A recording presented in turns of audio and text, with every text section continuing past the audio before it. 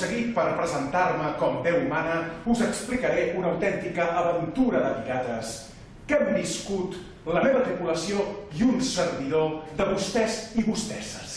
La vida a bord transcorria amb normalitat. Uns pirates cosien veles. Xec, xec, xec.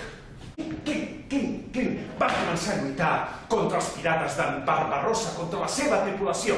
Clinc, clinc, clinc, clinc. Tu, passa'm el menjar!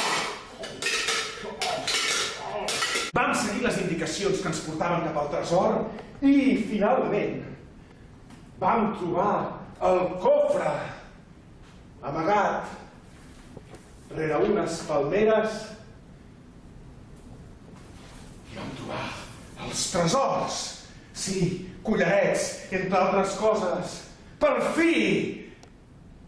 I com t'ha contat, aquesta aventura de pirates ja s'ha acabat.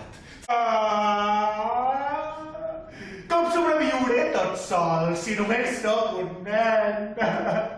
Què faré jo ara?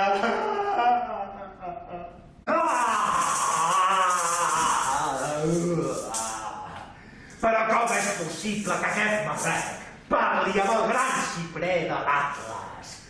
Us ho ensenyo i després ho repetim. Es tracta de fer xic-xac, xic-xac. Estava desesperat perquè el circ acumulava pèrdues, pèrdues i més pèrdues. Senyor! Soc la vella Catalina! Soc aquí, a la punta del seu nas! Una vella aquí, a la punta del meu nas? Fuig d'aquí! Sort, em deixaràs el nas com un tomàquet! I així ho va fer. El dibuixant se'n va anar a prendre un cafè, va obrir la porta i en aquell moment la vella Catalina va decidir entrar. Va agafar el retolador,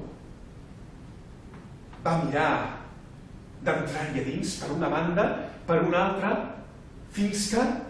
Pam-pam-pam! Ho veieu?